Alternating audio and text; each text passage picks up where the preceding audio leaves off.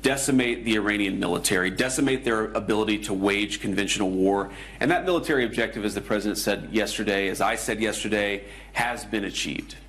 And because of that, what the president did is he basically issued an ultimatum to the Iranians. He said, open up the straits, stop trying to hold the world's willing in good faith to work with us. I think we can make an agreement. If they're going to lie, if they're going to cheat, if they're going to try to prevent even the fragile truce that we've set up from taking place, then they're not going to be happy.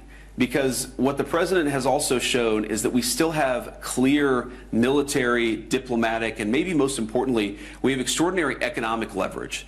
So the president has told us not to use those tools. He's told us to come to the negotiating table. But if the Iranians don't do the exact same thing, they're going to find out that the president of the United States. This moment highlights a critical turning point in U.S.-Iran relations, where military action, economic pressure, and diplomacy are converging at once.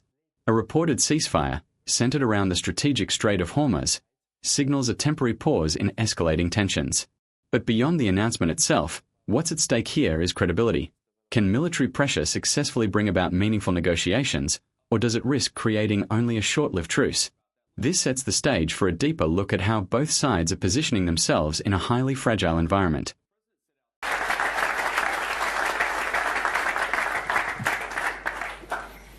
I have the opportunity now to ask you about Iran. There are latest developments, I think very positive developments during the night that we received, that there is a ceasefire. What can we know more about the latest developments in the Middle East? Yes, that's why I was a little late this morning. I was up very late last night and talking about that. Look, I do think there are good developments here. And let me just say a few things. First of all, what the president set out to do was decimate the Iranian military, decimate their ability to wage conventional war. And that military objective, as the president said yesterday, as I said yesterday, has been achieved. And because of that, what the president did is he basically issued an ultimatum to the Iranians. He said, open up the straits, stop trying to hold the world's economy hostage, and we'll engage in a ceasefire. And that's exactly the agreement that we came to last night. The Iranians have agreed to open up the straits. The United States has agreed to stop attacking. And not just the United States, but also our allies have agreed to stop attacking. And that is the basis of this fragile truce that we have, which is now 8 to 12 hours old. Now, here's what I'll say about this. I've learned a lot about the Iranian system and a lot about the way the Iranians negotiate. As the president told me last night, the Iranians are better negotiators than they are fighters. I'm sure they don't like to hear that, but it's true. But here's a couple things. So, one, just in the response that we've seen from various segments of Iran, you have on the one hand people within Iran who have responded very favorably. The foreign minister who said, look, we agreed to the United States' terms.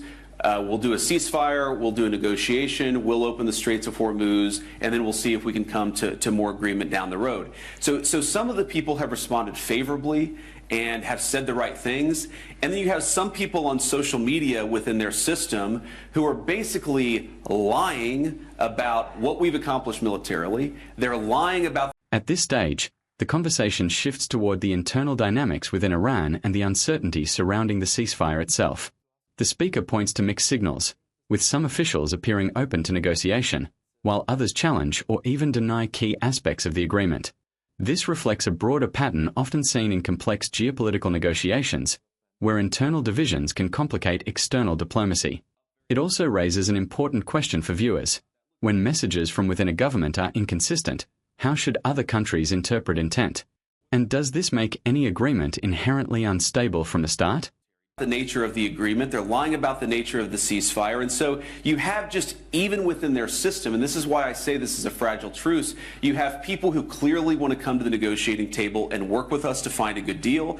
And then you have people who are lying about even the fragile truce that we've already struck. And that's just an interesting thing about their system. And the final point that I'll say about this is the President of the United States has told me, and he's told the entire negotiating team, the Secretary of State, the Special Envoy, Steve Witkoff, he said, go and work in good faith to come to an agreement. That is what he has told us to do.